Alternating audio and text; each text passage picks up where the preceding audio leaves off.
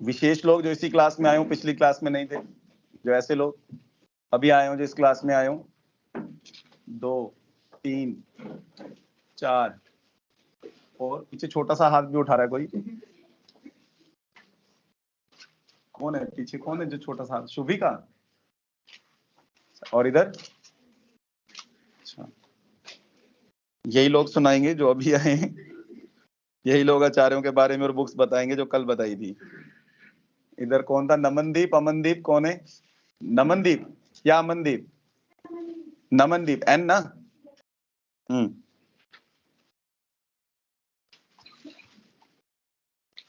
चिकित्सा वाली बुक बताओ, चिकित्सा सार संग्रह है, चिकित्सा सार संग्रह रिटन बाय वंग से। क्या है अश्विनी की? चिकित्सा सार तंत्र, ठीक है। निखिल, अश्विनी द्वय में किसने अपनी बुक लिखी थी, किस विषय पर? नासत्य ने, नासत्य संहिता, रस शास्त्र से संबंधित।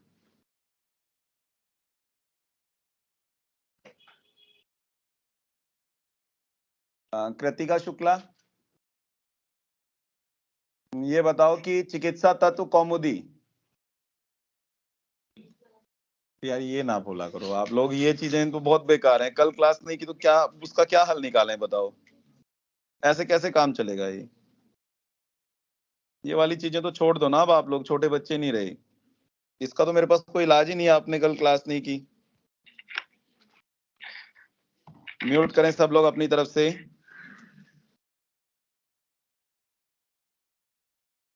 कितना मुश्किल से 2 पेज तो लिखवाए होते हैं एक क्लास में, उनको याद करने में कितनी देर? कौन रहता है साथ में? हिमानी, और कहाँ है हिमानी? आई नहीं इस क्लास में? हिमानी बताते नहीं हो इसको क्या पढ़ाया था क्या नहीं? कल नहीं बताया जाकर? क्यों? आप भी नहीं आए थे? और कौन नहीं आया था आपके साथ? और कौन होता है? मधवाल, आप भी नहीं आए थे? तीनों की किसी और के साथ दोस्ती हो, वो भी नहीं आया होगा।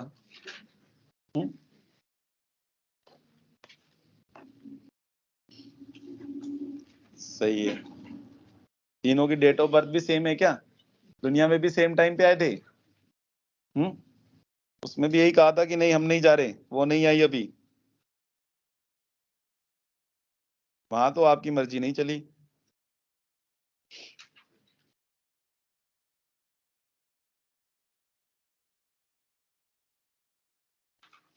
अच्छा, पहले सोचा नहीं होगा कि ये क्लास करनी है नहीं करनी है, अब दोबारा से सोचा कि चलो आयुर्वेद इतिहास कर लेते हैं।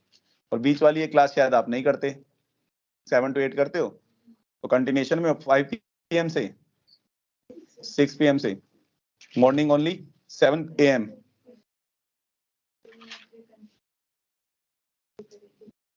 अब कंफ्यूजन में ना रहो, अब करना है तो करो, है ना? और कब करेंगे? नहीं तो करना तो करके फ्री हो रहो, अपना जो रिवीजन में लानी है जो चीज वो करो अपना रिवीजन में। तो मोबाइल निकल गए थे, आपने पैसा इतना दे रखा है समझ ही नहीं आ रहा है, इधर मोबाइल उधर में गिरे जा रहे हैं। आप इतने अमीर हैं, ऊपर से पैसा इतना दे देते हैं, संभले नहीं संभल रहा बेचारों से। छोटे मोटे कोई 5-7 हजार वाला तो फोन भी नहीं ले रहा होगा तुम्हारे में से, मुझे नहीं लगता है ना? 15-20 से तो स्टार्टिंग होती होगी। है कोई जो ले रहा हो छोटा मोटा नोकिया 1100 टाइप, जिसमें फोटो ना खींचती हो? किसी के पास नहीं होगा।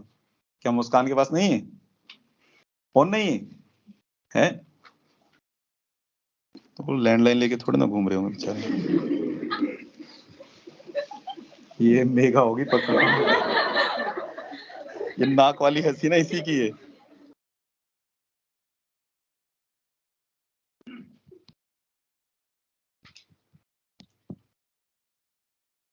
बहुत हंसती है लड़की, किसी पे भी कमेंट लगे ना कुछ भी, कितनी हंसी लगती है। मेगा ही सुनाएगी अब, मेगा। अब वो हंसे देखो उधर से। कोई 3 आचार्य बताओ, अपनी मर्जी से बता दो जो पता हो 16 शिष्यों में, कोई 3 शिष्य और उनकी बुक बताओ। और धन्वंतरी ने बताई चिकित्सा तत्व, और चिकित्सा सार संग्रह बंसेन ने, और चिकित्सा सार संग्रह बंसेन, और अश्विनी द्वय ने चिकित्सा तत्व, अश्विनी द्वय ने चिकित्सा तत्व, चिकित्सा तंत्र ओनली, ऐसा ना कहो कि तंत्र है बस बहुत है, पूरा नाम सही बताना पड़ेगा इनको। चिकित्सा सार तंत्र है, चिकित्सा सार संग्रह है ना, वो एज इट इज ही पता होना चाहिए फिर, या चिकित्सा संग्रह है, चिकित्सा संग्रह, चुप रहो ना, बीच में बोलो नहीं ना। चिकित्सा संग्रह चक्रपाणी, चक्रपाणी, चिकित्सा संग्रह, दूसरा नाम चक्रदत्त, चिकित्सा संग्रह रिटन बाय चक्रपाणी, और उसी ये हंस क्यों रहे हैं फिर? मौका मिल पाएगा इनको और क्या है, सही बता रहे हो। चिकित्सा संग्रह जो है, चिकित्सा संग्रह रिटन बाय चक्रपाणी, दूसरा नाम क्या था? चक्रदत्त, काल क्या था? 11वीं सदी। ठीक है, बाकी सबने पढ़ा है, सभी ने। नतीजा IHD में क्या देते हैं?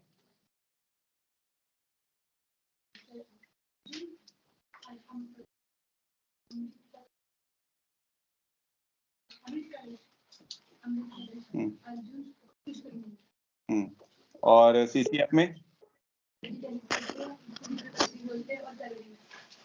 CCF में क्या देते हैं? डिजिटलिस और करवीर। महाभारत की बात क्यों की थी हमने? बाकी नहीं बोलो बीच में।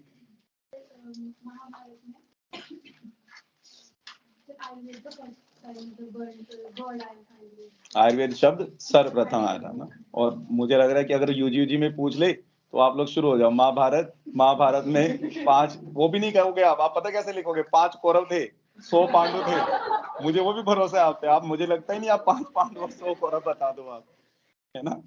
आप लोग महान हो।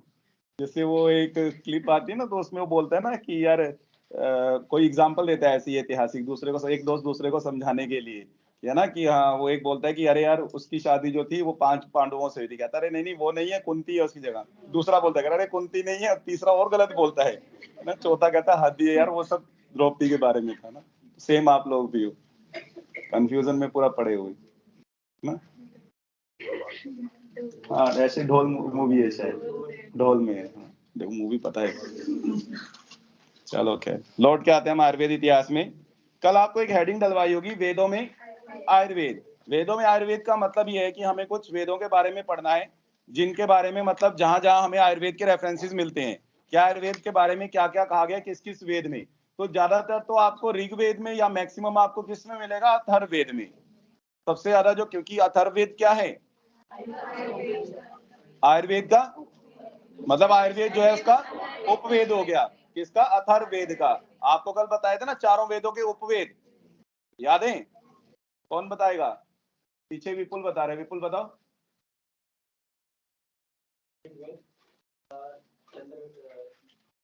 RD, दूसरा है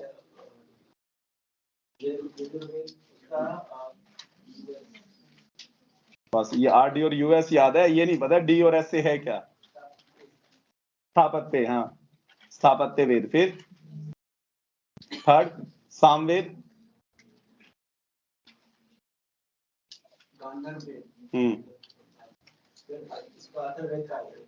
अथर्ववेद का आयुर्वेद। और 5वां वेद कौन सा है? किसने कहा 5वां आयुर्वेद? आयुर्वेद 5वां वेद काश्यप ने। किस उसमें, किस संदर्भ में?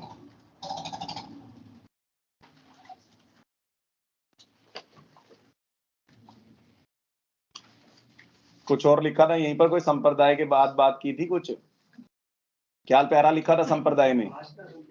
भास्कर संप्रदाय किसने दिया है? भास्कर संप्रदाय का वर्णन कहाँ मिलता है? कौन से पुराण में? बाकी नहीं बोलो बीच में, कौन से पुराण में मिलता है रेफरेंस?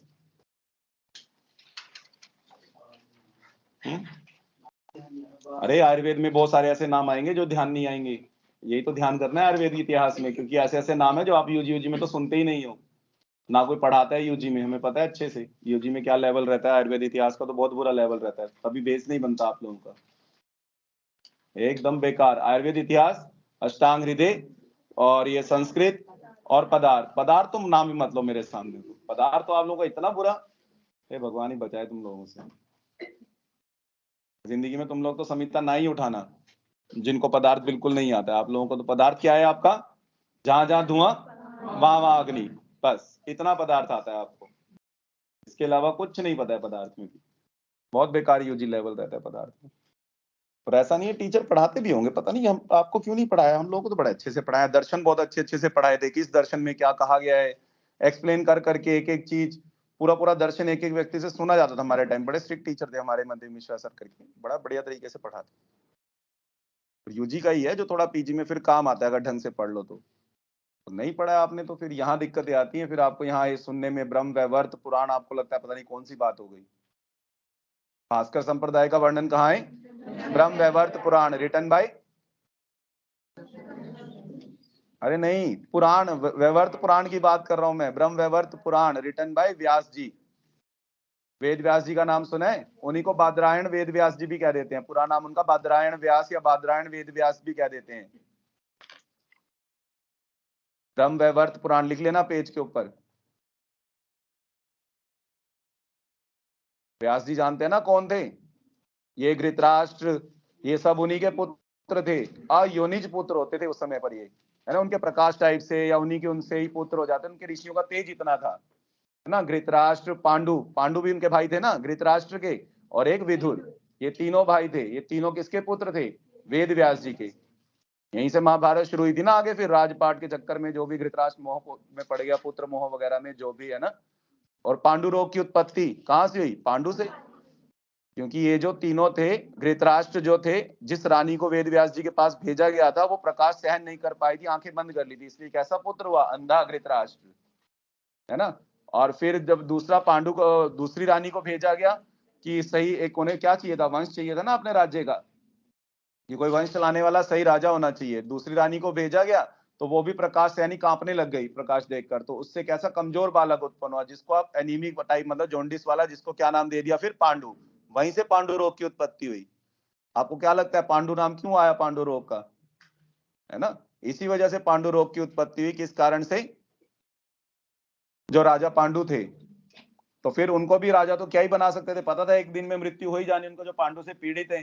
फिर उसके बाद जो तीसरे थे, वहां पे फिर तीसरी रानी को भेजा गया, तीसरी रानी पहले ही डर गई, मैं नहीं जा रही, दो से तो सहन नहीं हुआ उनका तेज, तो उसने क्या कर दिया, दासी को भेज दिया, उनसे कौन उत्पन्न हुए, विदुर, है ना, दास पुत्र कह देते थे जिनको फिर, तो इसीलिए उनको दासी का पुत्र था तो दास पुत्र कहा जाता था, उनका थोड़ा दरबार में अपमान रहता था या जो भी लगा लो आप, इसलिए उनको राजा नहीं बनाया, वही पुत्र सही था। और देखो ना कुदरत का करिश्मा, है ना, तो कहते हैं ना भगवान के घर क्या है, देर है अंधेर नहीं है, तो ऐसा ना सोचे आप कि रानी है तो ये वो फलाना, उसका क्या पता, उसके लिए सब समान है ना। तो रानियों को तो कैसे पुत्र हुआ, विकृत, और एक दासी को कैसा पुत्र हुआ, सही, एकदम बिल्कुल सही, इंद्रियों वाला सब, कोई विकृत नहीं थी, कोई कुछ विकृति नहीं थी, और इवन समझदार, धर्म अधर्म में अच्छा वो परिचित, जो धर्म की बात करता था, श्री कृष्ण के लिए सद्भाव था जिनके अंदर, उनके क्लोज था सब, ऐसा वाला मतलब ऐसे पुत्र की उत्पत्ति हुई, है ना।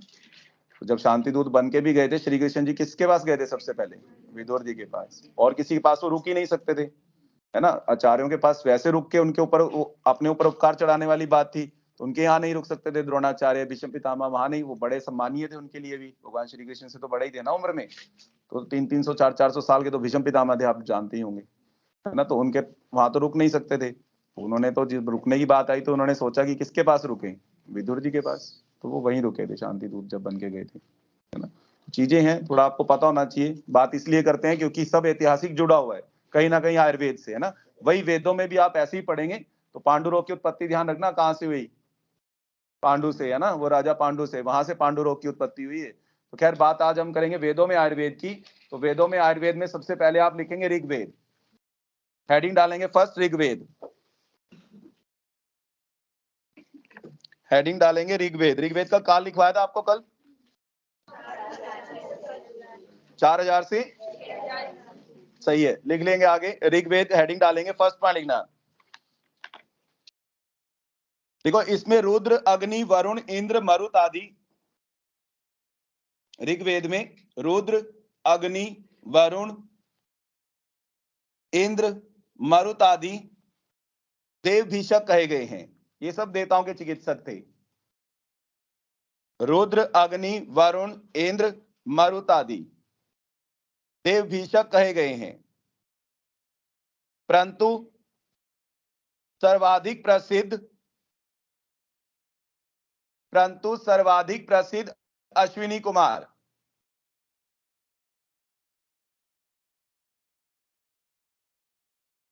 सर्वाधिक प्रसिद्ध कौन थे? अश्विनी कुमार। दोनों जो अश्विनी थे वही मेनली देवताओं के मेन चिकित्सक वही थे। नेक्स्ट पॉइंट लिखना।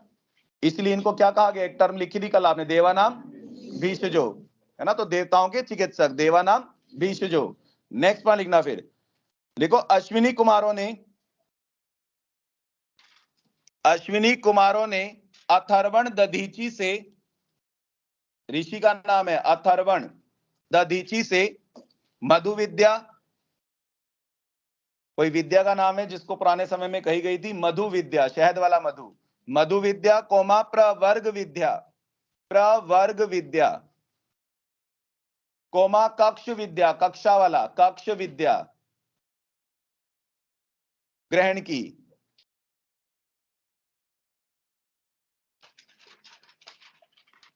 किससे ग्रहण की अश्विनी कुमारों ने? अथर्वण दधीची से, ऋषि का नाम है। कौन सी विद्या ग्रहण की? मधु, प्रवर्ग और कक्ष विद्या, है ना? इसलिए नेक्स्ट लाइन लिखना यहीं पर इसी के साथ, इसलिए मधु विद्या विशारद कहलाए। मधु विद्या विशारद, विशारद शब्द का मतलब एक्सपर्ट। हाँ, मधु विद्या विशारद कहलाए।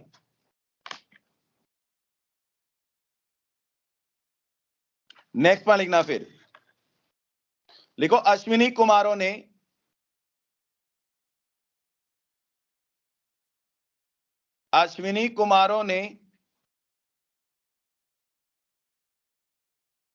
दधीची ऋषि के सिर का संधान,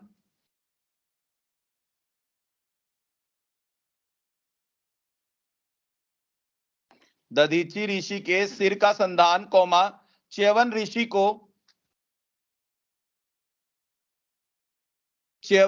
को युवावस्था प्रदान, च्यवन ऋषि को युवावस्था प्रदान कोमा युद्ध में लड़ने वाली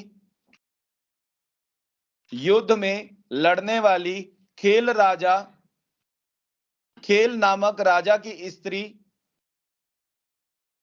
युद्ध में लड़ने वाली खेल नामक राजा की स्त्री विशाला को अयस की जंघा दी। विशाला को अयस की जंघा दी। अयस मतलब लोहे की टांगे लगा दी। देखो आयुर्वेद कितना गजब था उस टाइम पे, है ना? कि लोहे की टांगे लगाई, तुरंत दोबारा लड़ने चले गए, है ना? तो इतना एक्सपर्ट था आयुर्वेद, मतलब इतना जबरदस्त था उस समय पे।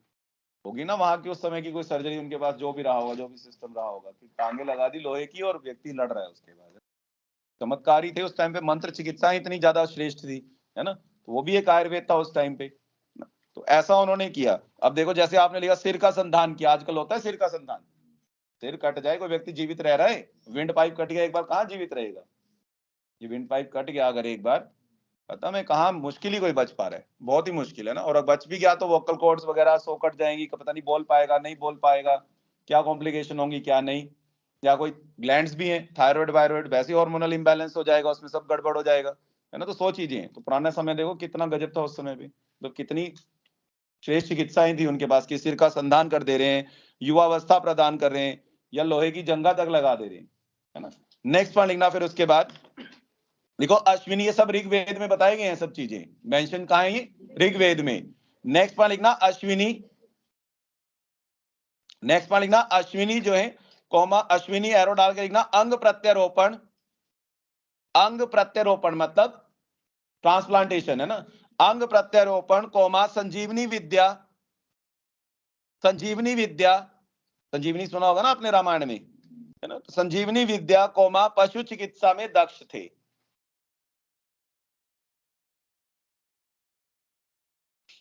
पशु चिकित्सा में दक्ष थे।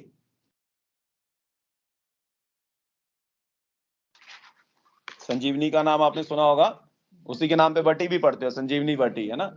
और संजीवनी बटी में क्वेश्चन पूछते हैं कितने विष, कौन से, पेज के ऊपर लिखो। संजीवनी बटी में 2 विष, 10 घटक होते हैं वैसे तो टोटल संजीवनी बटी में, पर मेनली 2 विष होते हैं। कौन से, बलातक और वत्सनाभ। किसमें देते हैं,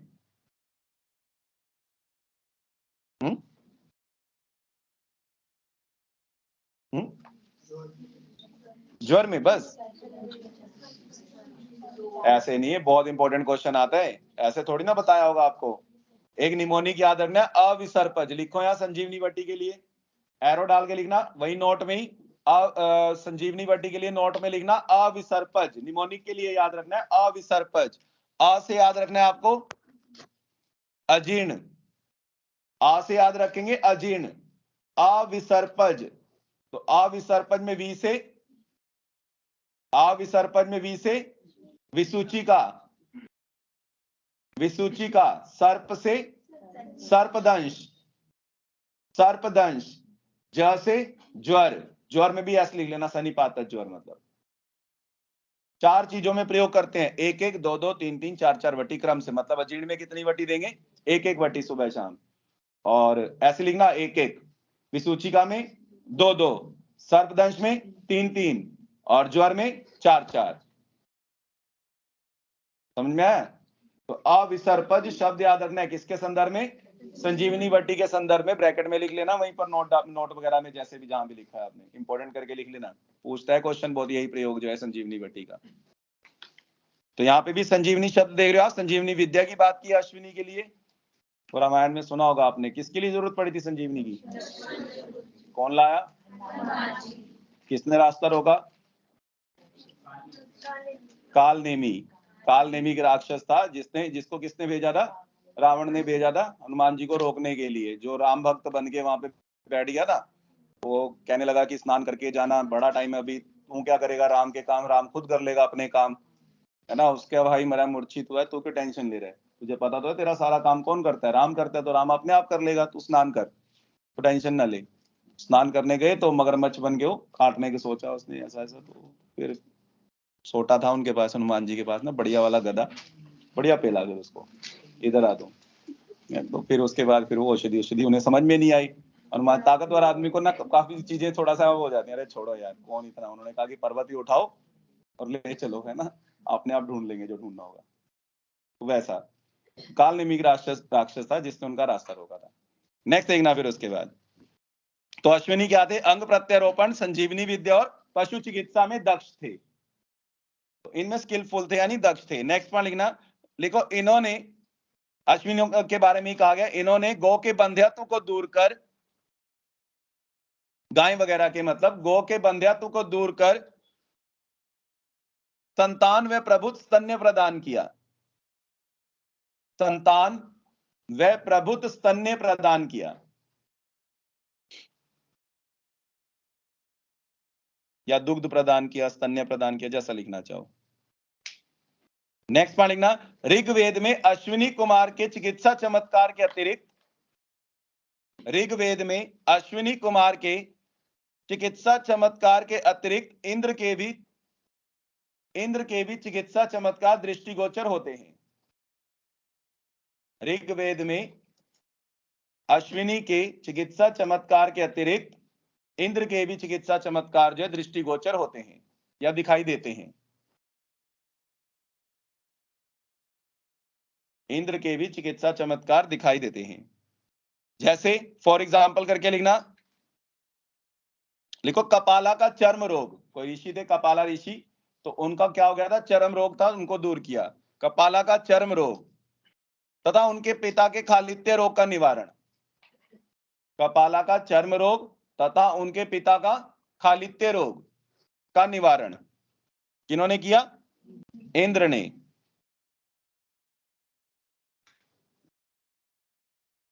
नेक्स्ट पॉइंट लिखना, लिखो ऋग्वेद में राजयक्ष्मा,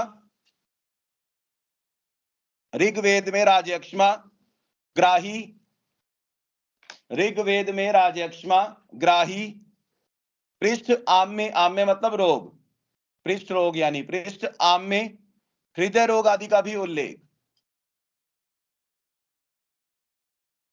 राजयक्ष्मा ग्राही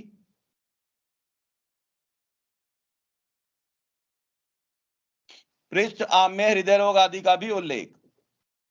नेक्स्ट पॉइंट लिखना, ऋग्वेद में औषधियों के अभ्यंतर प्रयोग के साथ, ऋग्वेद में औषधियों के अभ्यंतर प्रयोग के साथ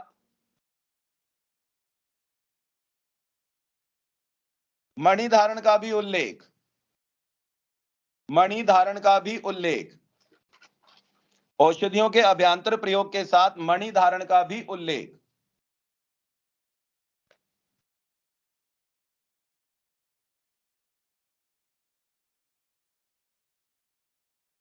नेक्स्ट पॉइंट लिखना, फिर लिखो युक्ति व्यपाश्रय दैव व्यपाश्रय, ऋग्वेद में नेक्स्ट पॉइंट, युक्ति व्यपाश्रय दैव व्यपाश्रय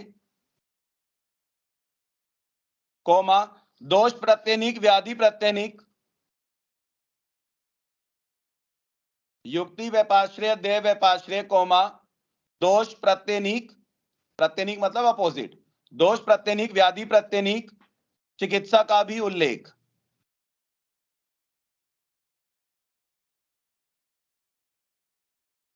नेक्स्ट पॉइंट लिखना, ऋग्वेद में नेक्स्ट पॉइंट लिखो भीषक औषधियों का ज्ञाता माना गया था, भीषक औषधियों का ज्ञाता माना गया है ऋग्वेद में, भीषक औषधियों का ज्ञाता। नेक्स्ट पॉइंट लिखना, त्रिधातु शब्द से, त्रिधातु शब्द से त्रिदोषवाद का स्पष्ट उल्लेख,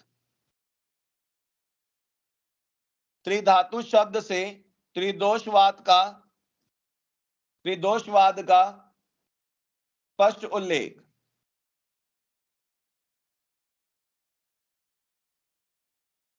नोट डाल के लिखना, लिखो त्रिदोष के लिए, नोट डाल के लिखना, त्रिदोष के लिए त्रिस्तंभ,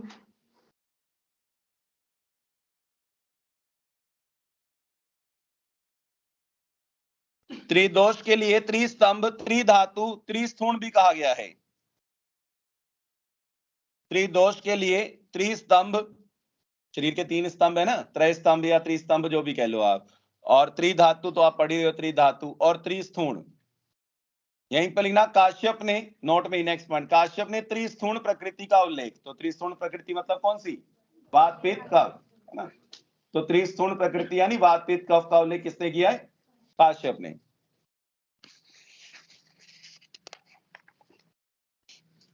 नेक्स्ट पॉइंट लिखना, ऋग्वेद में 10 मंडल, ऋग्वेद में 10 मंडल और डैश उपनिषद, कितने? कल लिखवाया था आपको 108 उपनिषद टोटल, किसमें कितने कितने कितने उपनिषद? अरे इसमें बताओ ना, ऋग्वेद में कितने? 10 उपनिषद, 10 मंडल, 10 उपनिषद। कल लिखवाया नहीं था टोटल आपको? लिखवाया था, कितना लिखा था ऋग्वेद में कल? 10। देन उसके बाद आपने बात की होगी किसमें? यजुर्वेद में टोटल कितने? 19-32 थे, टोटल 51 हो जाते थे, है ना। फिर उसके बाद सामवेद में 16 और लास्ट अथर्ववेद में टोटल कितने हो गए? 108, कल बात की थी ना। नेक्स्ट पॉइंट लिखना, फिर ये बात की थी ऋग्वेद की, नेक्स्ट हेडिंग डालना आप यजुर्वेद। यजुर्वेद के 2 टाइप थे, कौन से? शुक्ल और कृष्ण। जैसे आप हरितकी में टाइप पढ़ते हो, कौन सी हरितकी की? श्वेत की हरितकी। उसके भी 2 टाइप, कौन से? वही शुक्ल श्वेत, जो भी कहो आप, शुक्ल और कृष्ण। वैसे ही जैसे यहाँ पे आप बात कर रहे हो, कौन सी हरितकी 6 अंगुल प्रमाण की थी? श्वेत। श्वेत जो है कितने अंगुल प्रमाण की होती है? श्वेत हरितकी या शुक्ल हरितकी, जो भी हम कह रहे हैं वो चेतकी और ऋतकी स्पेशली, चेतकी और ऋतकी के दो टाइप, पेज के ऊपर लिख लो। चेतकी और ऋतकी के भी दो टाइप होते हैं, पेज के ऊपर लिखना। कौन से दो टाइप होते हैं चेतकी और ऋतकी के? शुक्ल और कृष्ण। शुक्ल जो है 6 अंगुल प्रमाण की और कृष्ण 1 अंगुल प्रमाण की।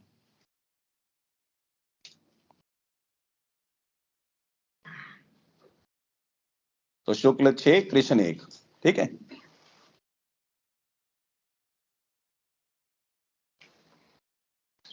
नेक्स्ट पॉइंट लिखना, फिर हेडिंग डाली थी आपने क्या? यजुर्वेद। तो यजुर्वेद में लिखना, लिखो शुक्ल यजुर्वेद में औषधियों की प्रशस्ति मिलती है, मतलब बहुत अधिक मिलती है, कहने के बाद औषधियां खूब पाई जाती है।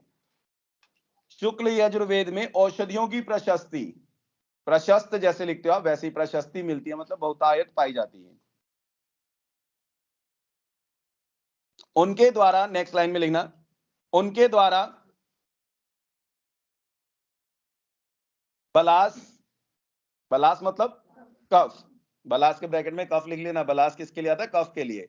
उनके द्वारा बलास, अर्श, कोमा कोमा करके लिखना, अर्श, शोथ, कुष्ठ, हृदय रोग आदि का निवारण का उल्लेख, हृदय रोग आदि के निवारण का उल्लेख।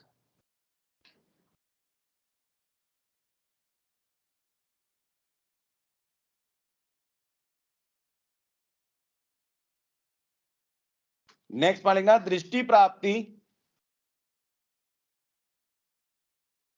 नेक्स्ट पॉइंट लिखना, दृष्टि प्राप्ति यजुर्वेद में ही दृष्टि प्राप्ति तथा यक्ष्मा और उन्माद के निवारण के लिए मंत्रों का उल्लेख, दृष्टि प्राप्ति तथा यक्ष्मा और उन्माद के निवारण के लिए मंत्र चिकित्सा का उल्लेख, यक्ष्मा उन्माद के निवारण के लिए मंत्र चिकित्सा। यजुर्वेद में भी लिखना, त्रिदोषवाद का स्पष्ट उल्लेख, त्रिदोषवाद का स्पष्ट उल्लेख, त्रिदोषवाद का स्पष्ट उल्लेख। नेक्स्ट हेडिंग डालना फिर सामवेद। यजुर्वेद में और कुछ खास नहीं है, नेक्स्ट हेडिंग डालना आप सामवेद।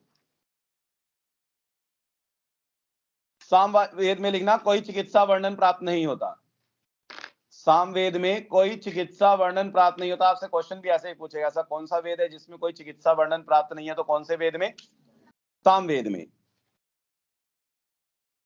वो कर्म, नीति, भगवान, इनके बारे में बात की गई है सामवेद वगैरह में, इनके बारे में बात नहीं की गई। नेक्स्ट हेडिंग डालना आप अथर्ववेद, नेक्स्ट हेडिंग डालना अथर्ववेद। अथर्ववेद में लिखना, फर्स्ट पॉइंट लिखो, अथर्वण ऋषि के नाम पर नाम पड़ा, अथर्वण ऋषि के नाम पर इस वेद का नाम पड़ा, इसलिए इसको अथर्ववेद कहा गया, क्योंकि अथर्वण ऋषि के कारण ही इनका नाम पड़ा। नेक्स्ट पॉइंट लिखना, इसकी 9 शाखाएं, इसकी 9 शाखाएं। तो 9 शाखाएं कौन सी हैं? नाम मैं लिखवा दे रहा हूं, अजीब अजीब से नाम है, आपको याद नहीं रखना है। आप मेनली याद रखेंगे काउंटिंग, कि काउंटिंग में कितनी है? 9, और उसके बाद एक ही आज तक पूछी गई है जो रिपीटेड क्वेश्चन है, तो वही आप याद रखेंगे। नाम लिख लें पहले आप, कौन सी 9 शाखाएं हैं। लिखो, पेपलाद, प 2 मात्राएं, फिर प, ल आकार अंडा द, पेपलाद। कोमा तोद, तोद जैसे चुभन वाला लिखते हो तोद। कोमा मोद, मोदी वाला मोद, तोद मोद। शौनक जैसे लिखते हो शौनकीय, शौनक लिखकर बड़ी की मात्रा य, शौनकीय। नेक्स्ट ना जाजल, जाजल मुनि का एक ऋषि का नाम भी लिखा था आपने बुक्स में, है ना, लिखा था ना, जाजल, हाँ वेदांसार। जाजल, कोमा जलद, जलद जलद। कोमा ब्रह्मवेद, ब्रह्मवेद। कोमा देवदर्श, देवदर्श। लास्ट चारण वैद्य, चारण वैद्य। बस यही पूछा गया, चारण वैद्य को बॉक्स में डालना कि ये क्या है, कि अथर्ववेद का क्या है? शाखा है, सूत्र है, कल्प है, नक्षत्र है, क्या है? तो अथर्ववेद का क्या है? ये शाखाओं का एक पार्ट है, शाखा है, शाखा का एक शाखा है, 9 में से एक शाखा बताएगी चारण वैद्य, तो यही पूछा गया है। तो आप जस्ट रीड करें इनको, 9 शाखाएं बताई गई हैं, कौन कौन सी? पेपलाद, तोद मोद, शौनकीय, जाजल, जलद, ब्रह्मवेद, देवदर्श और चारण वैद्य। नेक्स्ट पॉइंट लिखना फिर, 5 कल्प सूत्र अथर्ववेद में। कितने? 5 कल्प सूत्र। 5 कल्प सूत्र कौन से? लिखो, कौशिक, वितान, कौशिक, कोमा वितान, कोमा नक्षत्र कल्प, नक्षत्र कल्प, आंगिरस कल्प, आंगिरस, अंग जैसे लिखते हो वैसे ही आंगिरस कल्प और शांति कल्प।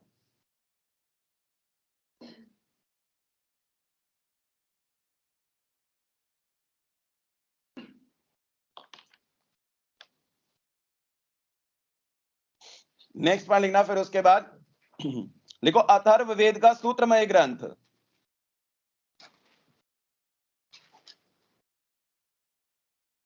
अथर्ववेद का सूत्रमय ग्रंथ, एरो डालना कौशिक, सूत्रमय ग्रंथ कौशिक है, तो कौशिक के नाम से उनका क्या है, सूत्रमय ग्रंथ है। नेक्स्ट पॉइंट लिखना, देखो इसके 3 उपनिषद, इसके 3 उपनिषद कौन से 3 उपनिषद है, लिखो प्रश्न, मंडूक, मांडुक्य, प्रश्न, मंडूक, मांडुक्य। तो ये 3 प्रमुख उपनिषद हैं, जो प्रश्न, मंडूक और मांडुक्य। नोट डाल के लिखना है, यहां पर नोट डाल के लिखना।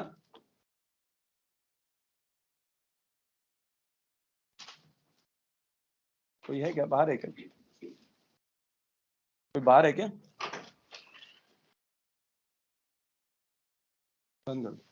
नोट डाल के लिखना। मंडूक के लिए क्या कहा है, मंडूक आपको और क्या क्या मिलता है आयुर्वेद में, लिखो मंडूक, एरो डाल के लिखना नोट में। लिखो अभ्रक का भेद,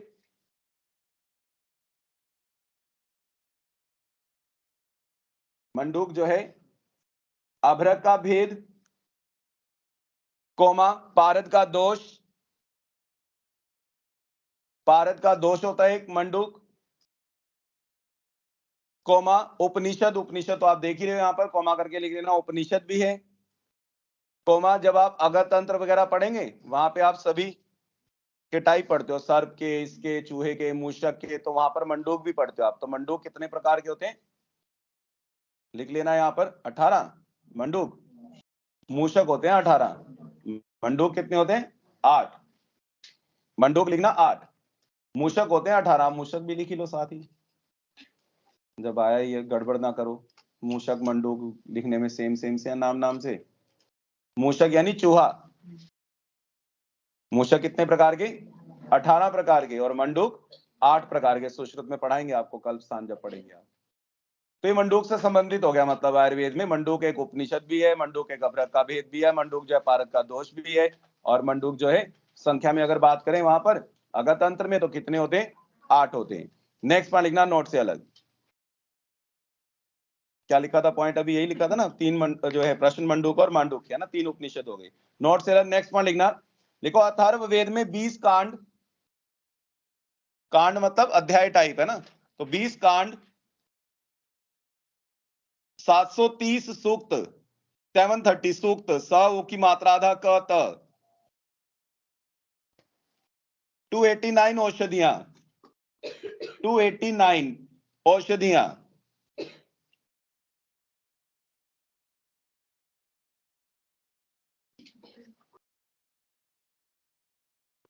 क्या कहते हैं 89 को हिंदी में, 89 या 79?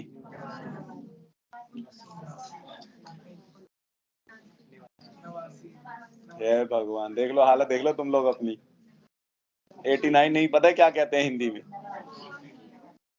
कितने लोग कहते हैं 89 है, या कितने, ये 89 कह रहे हैं, और 79 कितने लोग कहेंगे? ये क्या होता है, हाथ पर चले जाते। अरे 79 कैसे कह सकते हो आप, 79, ऊन मतलब कम, आयुर्वेद में बताया नहीं आपको, जैसे आप 19 लिखना हो आपने क्या लिखोगे, एक ओन विंशति, कि विंशति में से एक ऊन कर दो, ऊन मतलब घटाना, कम करना। देखो मुकुल बातें मारते रहो तुम, है ना, सुनोगे नहीं कर लो, बता लो नतीशा को क्या बताना है, कैसे जानते हो तुम लोग, वो कहां से, तुम क्वाड्रा से, वो पंजाब से, क्या बता रहे हो इसको?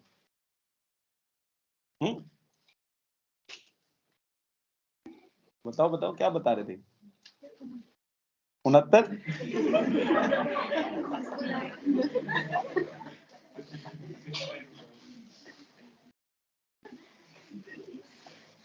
79, 89 देख लो पहले क्या है। 79 मतलब 80 में से अगर एक ऊन कर दें तो 80 में से एक घटा दें, ऊन मतलब घटाना है ना। तो ऊन का शब्द का मतलब क्या है, कम करना या घटाना। तो 79 से वैसे ही याद रहना चाहिए आपको, 80 में से कम कर दें, ऊन हो रहा है कुछ, तो वो क्या होगा 79। बाकी 89 वैसे समझ जाते, फिर 89 जो बचा दूसरा रेस्ट हो। तो कंफ्यूजन नहीं होनी चाहिए, आप लोग बड़ा कंफ्यूजन करते हो है ना। जैसे आप कहते हैं ना एकोन विंशति संस्कृत में है ना, 19 के लिए विंशति मतलब 20, तो एक ऊन, एक कम कर देंगे तो 90। बताने का फायदा इसलिए आपको, आप सोच रहे होंगे क्यों ही बताना, क्योंकि ऊन एक भस्म परीक्षा है। ऊन क्या होता है, एक भस्म परीक्षा है। जब रसशास्त्र पढ़ेंगे आप तो ऊनम बोल देते हैं हम, ऊन की जगह ऊनम शब्द बोलते हैं। ऊन वुलन, वुलन वाला ऊन होता है ना, जैसे लिखते हो आप वैसे सेम लिखते हैं, बस म आ जाएगा लास्ट में, ऊनम है ना। ऊनम का मतलब क्या होगा, ऊनम भस्म परीक्षा का मतलब क्या है, जब भी आप 1 किलो लोहे की भस्म बनाएंगे तो भस्म 1 किलो नहीं बन सकती है, कुछ ना कुछ 700, 800, 900, 950 ग्राम कुछ भी बने, चाहे पूरी 1 किलो कैसे हो जाएगी, कुछ ना कुछ तो घटना चाहिए ना। अगर बन रही है 1 किलो तो मतलब आपने फिर अशुद्धियां ऐड कर दी उसमें कुछ ना कुछ, है ना। तो भस्म कितनी होनी चाहिए, ऊन होनी चाहिए, कम होनी चाहिए। तो वो क्या होगी परीक्षा को, क्या कहेंगे आप, ऊनम। समझ में आया। कभी सोचो ऐसे ही ऊन ऊन बता रहे हैं, हर चीज आयुर्वेद में कहीं ना कहीं कनेक्टेड है। नेक्स्ट पॉइंट लिखना फिर, 289 औषधियां, 5987 मंत्र, 5987, 5987 मंत्र, सारी हिंदी निकल जाएगी बेचारों की आज ही। 5987 मंत्र। नेक्स्ट पॉइंट लिखना, अथर्ववेद में 4 औषधियां, वो 289 तो टोटल है, मुख्य औषधियां 4 हैं। अथर्ववेद में मुख्यतः 4 औषधियां, ऐसे लिख लेना चाहिए, मुख्यतः 4 औषधियां। अथर्वणी, नाम लिखना, अथर्वणी, आंगिरसी, अथर्वणी, आंगिरसी, देवी, देव से मतलब देवी, मनुष्यजा,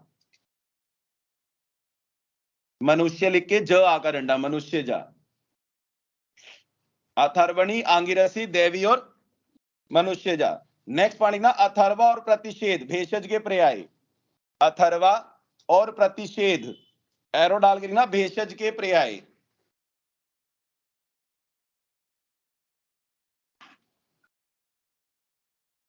अथर्वा और प्रतिषेध क्या है, भेषज के पर्याय।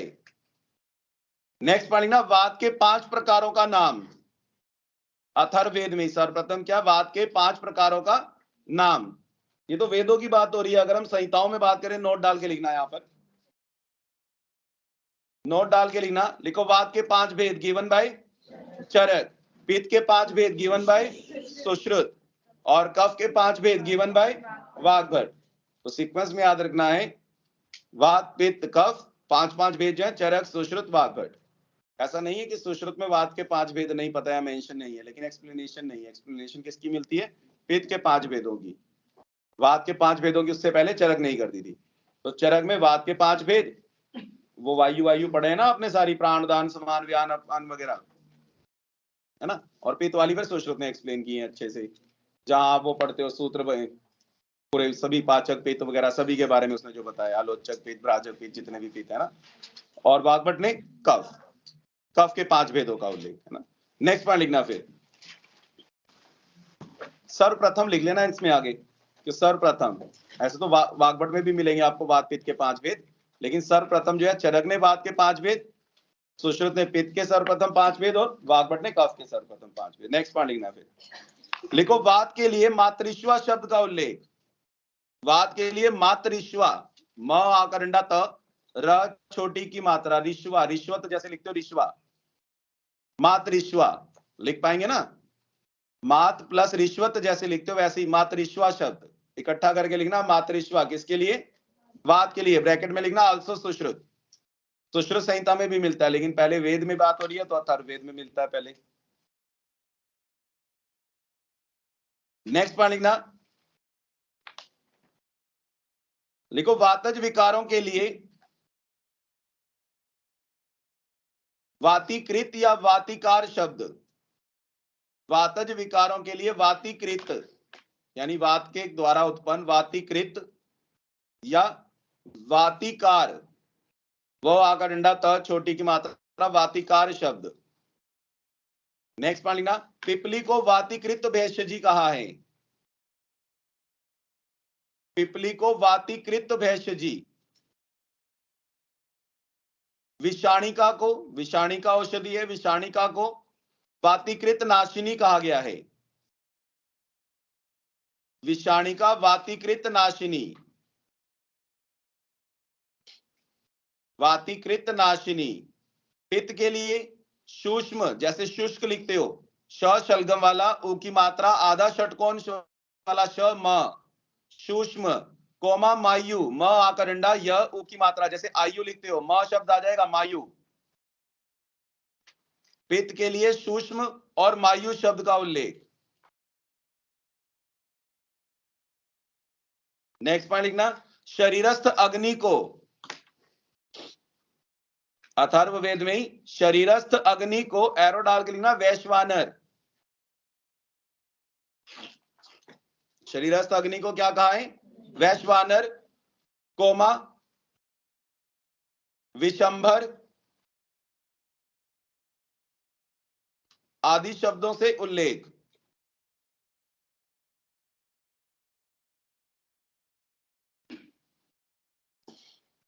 नेक्स्ट पॉइंट लिखना, कफ के लिए अभ्र, अभ भ के पैर में र, अभ्र। कफ के लिए अभ्र, कोमा बलास,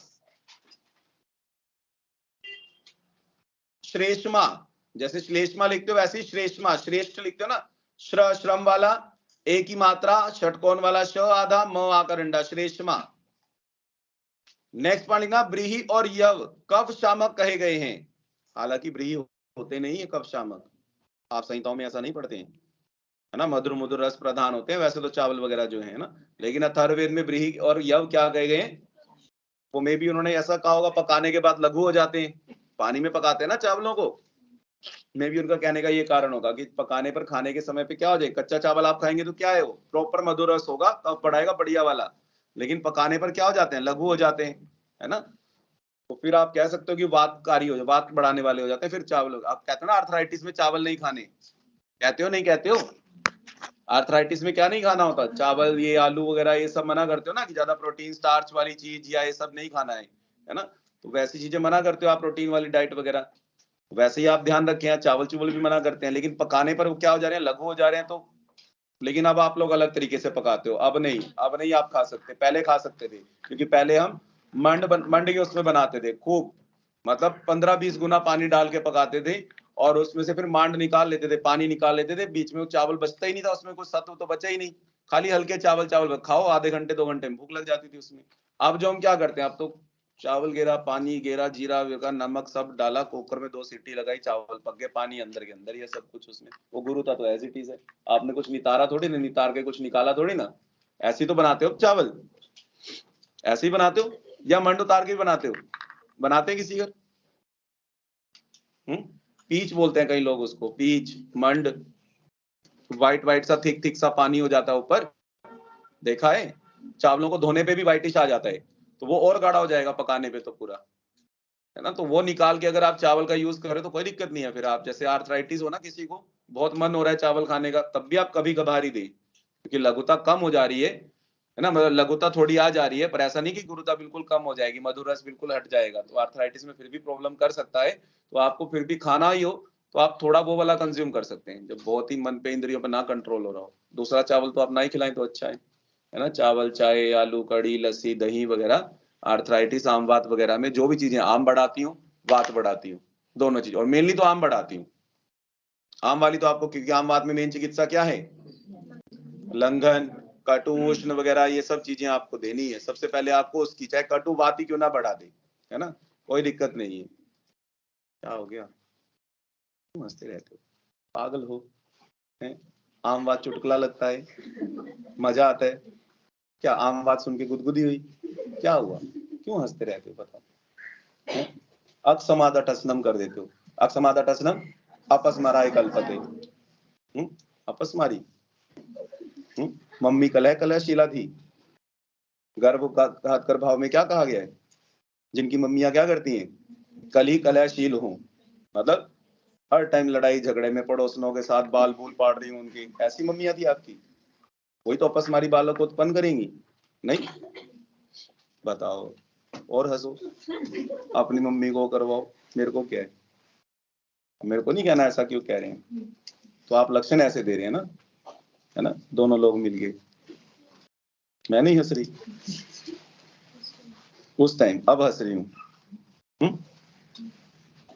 बीच में ना हंसा करो, पता नहीं कुछ और भी बताना होगा शायद, छोड़ो। बात कर रहे थे हम लोग क्या, ब्रीही और यव जो है वो क्या कहे गए, कब शामक कहे गए हैं। निकिता को तो ना पीछे बिठा करो सभी लोग मिलके, वहां जहां मुझे दिखाई ना दे, उस वाले कोने में उधर, है ना।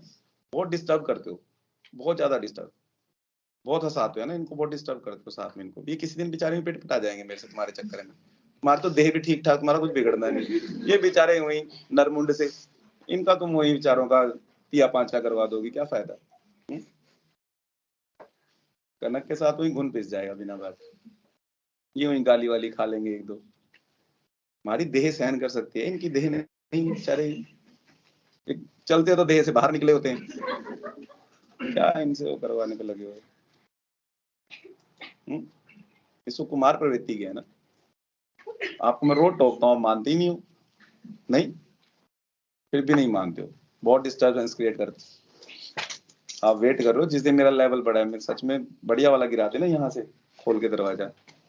ऐसा नहीं सोचना है कि हाँ कहीं, मुझे लगता है फिर आप लोगों को शायद कुछ को शौक हो जाता है, हमें हाईलाइट किया जा रहा है रोज, सब लोग जान रहे हैं हमें कोचिंग में। जानेंगे, जरूर जानेंगे, अभद्र तरीके से जानेंगे, तो ना बने तो अच्छी बात है। मेरी नजरों में अगर आप गलत तरीके से चढ़ेंगे ना, 10 साल तक आपको जानेगा उत्तराखंड, अलग तरीके से जानेगा, मेरे तरीके से ही। फिर क्या फायदा उन चीजों का, आगे बैठ के फ्रंट पे बैठ के आप डिस्टर्बेंस क्रिएट करते हो। आप लोगों को सीनियर नहीं सिखाते, कभी एडवाइस नहीं करते हो, पागल है एकदम, ऐसा नहीं बोलते हैं। सोच समझ के बैठना उसके सामने, सही मूड है तो सब सही है, उसके जैसा अच्छा कोई नहीं, बिगड़ गया तो सब गड़बड़ कर देगा। नहीं बताते, नहीं, सीनियर नहीं सिखाते। सीख लिया करो, पूछ लिया करो उनसे कुछ, तो मेरी पूरी क्लास आप पे चली जाएगी। बाकी लोगों को तो मजा आ रहा होगा सुनने को, बढ़िया पेन रखे हो तो बैठ गए कि अब बढ़िया, आप अपना थोड़ी देर लेक्चर सुनते हैं। फायदा किसको हो रहा है, उनको, नुकसान किसको हो रहा है, आपको। सुना आप रहे हो सबके बीच में, क्या फायदा हो। या तो मुझसे शेयर किया करो, हंसी वाला क्या टॉपिक था, ऐसा क्या हुआ कि एकदम आम बात सुनते सुनते गुदगुदी होने लगी, क्या मजा आने लगा आम बात सुनते सुनते। कोई ऐसी चीज बताई जिसे सुन के हंसी आई, क्या बताया आम बात में मैंने, यही ना, चावल दही ये सब नहीं, इसमें क्या हंसने की बात थी बताओ। अच्छा कारण तो बताओ, हंसे क्यों।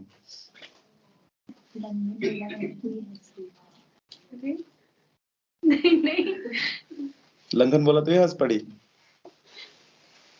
नहीं किस बात पे हंस पड़ते हो आप लोग। गंदे मजाक करते हो क्लास में बैठ के, गंदी गंदी हरकतें, फिर क्यों हंसे करते हो फिर आप लोग, मैं तो ऐसे ही समझूंगा। मेरे बारे में गंदा बोलते हो या तो फिर क्यों, बताओ। मैं पूरे एक्सप्लेनेशन में घुस जाता हूँ, फिर मैं सब खुलवा लूंगा यहीं कि यहाँ बोलो क्या बोला है क्या नहीं बोला है। मेरे जैसा फिर वल्गर आदमी नहीं है कोई। आप लोगों ने क्या समझा, आप लोगों ने सोचा ऐसे ही अच्छा अच्छा पढ़ाते हैं तो बहुत डिसेंट व्यक्ति है ना। मेरे को नहीं, मेरे जैसे बेशरम नहीं है फिर कोई भी। आप ना समझना लड़की हमसे ऐसे बात नहीं कर सकते। मेरे लिए कोई लड़की कोई लड़का मैटर नहीं करता है, मेरे लिए स्टूडेंट है बस, मेरे लिए इतना है। आप लोग ही कहते हो ना लड़की लड़के सब बराबर, फिर गाली खाने में लड़कियां कम क्यों, क्यों गलत कह रहा हूं मैं। जब गाली देनी हो तो मतलब लड़की को मत दो, क्यों मत दो, फिर तो सम कह रहे हो ना, बराबर है तो फिर सब बराबर है। फिर जब मैं लड़कों को डायरेक्टली कुत्ता बोल सकता हूँ तो फिर लड़की को भी बोल सकता हूँ मैं। ये मत समझे कि मैं नहीं बोल सकता हूँ। आपको अपने पापा को कहना है, मम्मी को कहना है, बहन को कहना है, टीचर को कहना है, जिसको कहना है जाके कहो, मुझे कोई फर्क नहीं पड़ता है, लिटरली कोई फर्क नहीं पड़ता। आप लोग कुछ उखाड़ ही नहीं सकते हो ना, मेरा लेवल ही नहीं आप लोगों का। ना पंगे लिया करो, शांति से बैठा करो। कोई बात की जा रही है हंसी वाली तो आप हंसे तो अच्छा लगता है, बिना बात के सीरियस कोई टॉपिक डिस्कस हो रहा है और आप बीच में हंस दे रहे हैं तो फिर आप अपस मारिए। लक्षण लिख लेना सभी लोग काश्यप के अनुसार। अक्षमाद अटस्नम अपस्मार। अक्षमाद अचानक ही ठाका लगाकर हंसना, वो किसका लक्षण है, अपस्मार का। काश्यप में कहां पढ़ते हैं आप, वेदनाध्याय में। वेदनाध्याय सूत्र 25, कितनी व्याधियां, 30। लिख लेना, काश्यप सूत्र 25 में 30 व्याधियों में अपस्मार में अक्षमादटस्नम। अचानक से बालक हंस पड़े तो आप समझें कि वो अपस्मार से पीड़ित है। क्या लिख रहे थे आप लास्ट पॉइंट अथर्ववेद में, क्या लिखा था? प्रीहि और यव क्या कहे गए? कब शामक। नेक्स्ट पॉइंट लिखना फिर। लिखो, सभी धातुओं का सार भाग ओज। सभी धातुओं का सार भाग ओज कहा गया था वेद में। नेक्स्ट पॉइंट, जिसके कारण शरीर में बल होता है।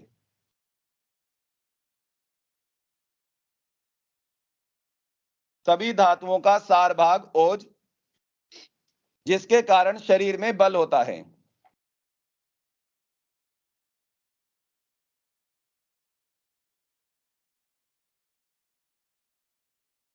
इसी के लिए एक उपमा दी गई है, एक लाइन और लिखना है हिंदी की। देखो, जिस प्रकार पुष्पों का सार मधु, पुष्पों से क्या करते हैं? मधुमक्खी क्या निकाल रही है? मेन शहद है ना। तो वही वो कह रहा है, जिस प्रकार पुष्पों का सार मधु, उसी प्रकार शरीरस्थ धातुओं का सार ओज है। उसी प्रकार शरीरस्थ धातुओं का सार ओज है।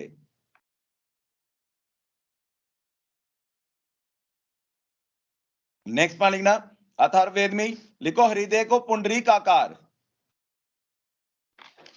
पुंडरीक मतलब कमल के समान कहा गया। क्यों कहा गया कमल के समान? कमल के समान क्यों कहा गया? हाँ, सही बता रहे हो। क्या है? जोर से बोलो ना। क्यों कहा गया पुंडरीक आकार? दो कारणों से कहा गया। दो कारण कौन से हैं? एक तो सही बता रहे हो आप, बोल नहीं रहे हो, बस गुनगुना रहे हो। एक कारण तो है कि दिन में क्या रहता है? कमल दिन में क्या रहता है? खिला हुआ, और रात में क्या हो जाएगा? मुरझा जाएगा, संकुचित हो जाएगा। सेम हृदय है। हृदय हमारा दिन में क्या रहता है? फुल ऑन एक्टिव रहता है, एकदम पंपिंग करता है, और रात के समय आधा काम करता है। वो आधी, ऐसा नहीं है कि बंद हो जाता है हृदय रात को, मतलब वर्किंग जो है उसकी कम हो जाती है। सेम कमल की तरह, पुंडरीक के समान। पुंडरीक मतलब कमल। दूसरा क्यों पुंडरीक आकार का है? दूसरा कारण, पहला तो सही है कि दिन में विकसित, रात को जो है मलान होना। मलान मतलब हृदय जो कम कार्य करता है, ऐसा आपको श्लोक में मिलता है महाशब्द मलान होना, हृदय कम कार्य। पहला तो सही बताया आपने। दूसरा, कमल देखा सभी ने? हाँ, कमल जो है वो जब वृंत होगा कमल का, डंडी होगी, डंडी के ऊपर फूल खिला हुआ है, जब वो बंद होगा, बंद होकर संकुचित होके डाउनवर्ड हो जाती है, उसकी डायरेक्शन नीचे की तरफ झुक जाएगा, है ना। यानी कि कली जो बनेगा वो बंद होकर कली हो गया ना, तो कली का मुख कहाँ हुआ? नीचे की तरफ, अधोमुख। और एपेक्स कहाँ होता है? हार्ट का। हमारे शरीर, अगर आप स्टैंडिंग उसमें खड़ा करेंगे, पुरुष को एनाटॉमिकल पोजीशन में खड़ा करेंगे, एनाटॉमिकल पोजीशन यही होती है ना, स्ट्रेट खड़ा करना और फ्लैट हैंड जो है सामने दिखाई देना, यही होती है ना एनाटॉमिकल पोजीशन। तो उस पोजीशन में अगर खड़ा करेंगे तो हृदय कहाँ होगा? ऊर्ध्वमुख या अधोमुख? एपेक्स जो है अधोमुख होगा, एपेक्स नीचे होगा ना हार्ट का। तो सेम कमल के समान उसका भी मुख जो है नीचे की तरफ, ऐसी कली का, और इसी प्रकार से हार्ट का भी वही कहा गया। तो इसलिए आप कह सकते हो कि हृदय को क्या कहा गया? पुंडरीक आकार। हृदय जो हो गया पुंडरीक आकार हो गया। और कॉमा लिखना, नव द्वार वाला। 9 द्वार बताएं, नव द्वार। नव द्वार वाला, 3 गुणों से आवृत। 3 गुण आप जानते हो, SRT यानी सत्वरजतम। 3 गुणों से आवृत यानी या युक्त रहता है, 3 गुणों से युक्त रहता है, सत्वरजतम। नेक्स्ट पॉइंट लिखना फिर। लिखो, रोग 2 प्रकार का, अथर्ववेद में ही रोग 2 प्रकार का। तो 2 प्रकार का कौन सा है? एरो डाल के लिखना, शपथ्य और वारुण्य। शपथ जैसे लिखते हो, शपथ्य और वारुण्य, ऐसे 2 रोग बताएं, शपथ्य और वारुण्य। नेक्स्ट पॉइंट लिखना, निज और आगंतुज रोगों के लिए क्रमशः, निज और आगंतुज रोगों के लिए, निज और आगंतुज रोगों के लिए क्रमशः रोग और आश्राव शब्दों का उल्लेख। रोग और आश्राव शब्दों का उल्लेख, यानी रोग किसके लिए हो गया? निज के लिए। आगंतुज के लिए क्या कहेंगे? आश्राव।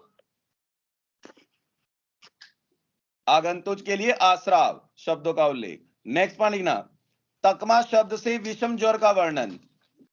तकमा, त आधा क म आकर अंडा, तकमा शब्द से विषम ज्वर का वर्णन तथा इसके 25 भेदों का वर्णन।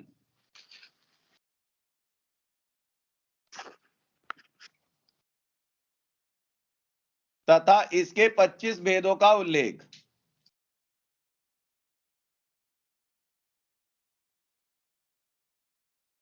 नेक्स्ट पॉइंट लिखना, लिखो कृमियों का विस्तृत वर्णन, कृमियों का विस्तृत वर्णन और इनके वर्गीकरण में दृष्ट अदृष्ट कृमि, ऐसे दो टाइप बताए इनके वर्गीकरण में, दृष्ट और अदृष्ट कृमि।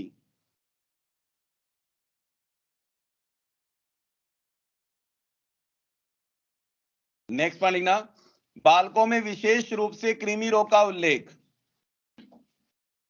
बालकों में विशेष रूप से कृमि रोगों का उल्लेख।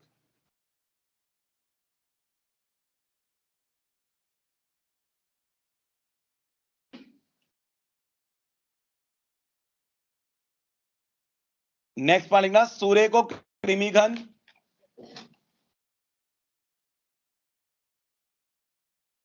सूर्य को कृमिघन,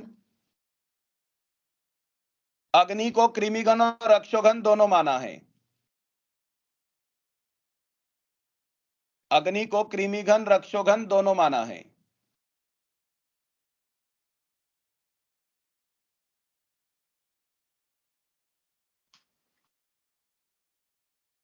अग्नि को कृमिघन और रक्षोघन दोनों माना है। नेक्स्ट पॉइंट लिखना, जल चिकित्सा, वायु चिकित्सा और सत्वजय चिकित्सा का उल्लेख, जल चिकित्सा, वायु चिकित्सा और सत्वजय चिकित्सा का उल्लेख।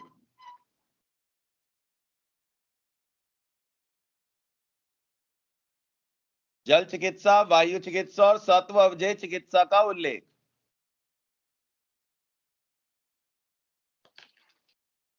नेक्स्ट पॉइंट लिखना, सूर्य किरणों के द्वारा कृमि निवारण, सूर्य किरणों के द्वारा कृमि निवारण, कोमा हृदय रोग, कामला, पांडु आदि का निवारण, हृदय रोग, कामला, पांडु आदि का निवारण।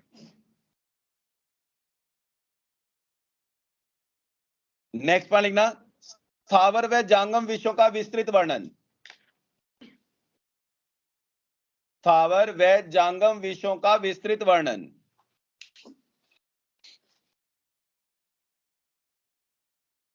नेक्स्ट पॉइंट लिखना, जनपद उद्वंस का स्पष्ट उल्लेख, जनपद उद्वंस का स्पष्ट उल्लेख।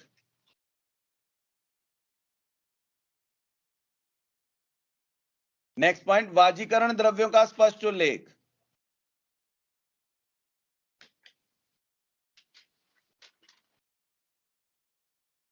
वाजीकरण द्रव्यों का स्पष्ट उल्लेख। नेक्स्ट पॉइंट लिखना, वरुण कोप से जल उदर की उत्पत्ति, वरुण कोप, वरुण जल के लिए ही आता है तो जल देवता ही कहे गए हैं, वरुण कोप से जल उदर की उत्पत्ति। नेक्स्ट पॉइंट लिखना, गोपथ ब्राह्मण में, बुक का नाम है गोपथ ब्राह्मण, गोपथ ब्राह्मण इकट्ठा शब्द है, गोपथ ब्राह्मण बुक का नाम है। गोपथ ब्राह्मण में उल्लेख है कि ऋतु संधियों में रोग होते हैं।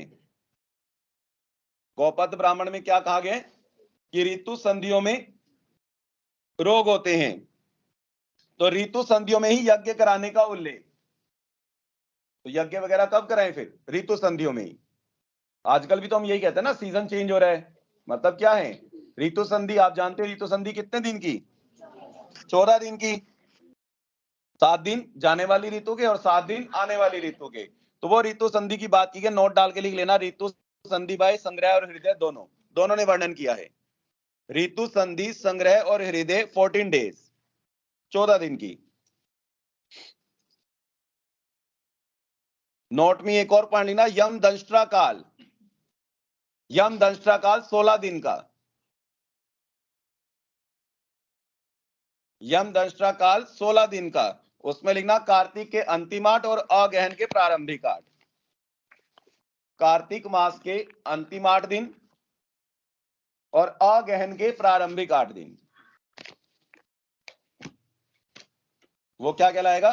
यम दंष्ट्रा काल शारंगधर। ये शारंगधर ने वर्णन किया और इस काल में कहा गया कम से कम अल्प आहार पे रहें, क्योंकि ये यम की दंष्ट्रा के समान है, यमराज की दाढ़ के समान। इस समय पे बहुत ही मतलब नाजुक समय चलता है, जरा सा आपने अपथ्य आहार विहार किया तो गड़बड़ हो जाएगी। इसलिए इसका नाम क्या हो गया? यम दंष्ट्रा काल। 16 दिन का, कार्तिक के अंतिम 8 और अगहन के प्रारंभिक 8। ठीक है, आप ये मान के चलें, यानी कि जो सर्दी की स्टार्टिंग होती है कार्तिक, और ये अगर आपने जानना हो नवंबर सुना है, कत्ते का मास, कार्तिक का मास बोलते हैं, जैसे रोज नहाना चाहिए, ये वो नवंबर के एंड वगैरह में या नवंबर मिड में अलग अलग समय पर शुरू होता है। देसी महीनों का थोड़ा सा अलग हिसाब किताब रहता है। तो आप ऐसे ही समझे, वो जो नवंबर वाला जो समय है स्टार्टिंग वार्टिंग का, या थोड़ा मिड का या एंड का लगा लो आप, हर समय चेंज होता है, कुछ 2-4 दिन, 5 दिन, 10 दिन ऊपर नीचे होते रहते हैं मास के हिसाब से आयुर्वेद में। तो आप वो समझे उस वाले मास में सर्दी की स्टार्टिंग समझे बस आप, वो पीरियड जो है 16 दिन का, उस समय थोड़ा देख के, क्योंकि तुरंत धीरे धीरे अग्नि बढ़नी शुरू होती है। तो बढ़नी हल्की हल्की शुरू होती है, हम लोग खाना तो एकदम से ज्यादा शुरू कर देते हैं, या फिर हल्की ठंड पड़नी शुरू हो रही है, हम लोग इतना अवेयर नहीं रहते हैं, या बहुत ज्यादा अवेयर हो जाते हैं। तो थोड़ा सा आपको समय साधारण उपक्रम करना चाहिए, साधारण चिकित्सा का देखना चाहिए। मतलब ना ज्यादा शीत में जाना चाहिए, ना ज्यादा उष्ण में जाना चाहिए, दोनों चीजें नहीं करनी चाहिए, दोनों चीजों में मतलब मिक्स उसमें रहना चाहिए, है ना। तो वैसा कहा गया है। बात करेंगे कभी शारंगधर में भी होगी तो यम दंष्ट्रा काल, बाकी की बात इसमें कल करेंगे, कॉल डिस्कनेक्ट कर सकते हैं हम लोग। पढ़ के आना, ये इतना ऋग्वेद के बारे में या अथर्ववेद के बारे में जितनी बात है, यजुर्वेद और सामवेद में तो कुछ खास है नहीं, है ना। कॉल डिस्कनेक्ट कर सकते हैं, जा सकते हैं सभी लोग।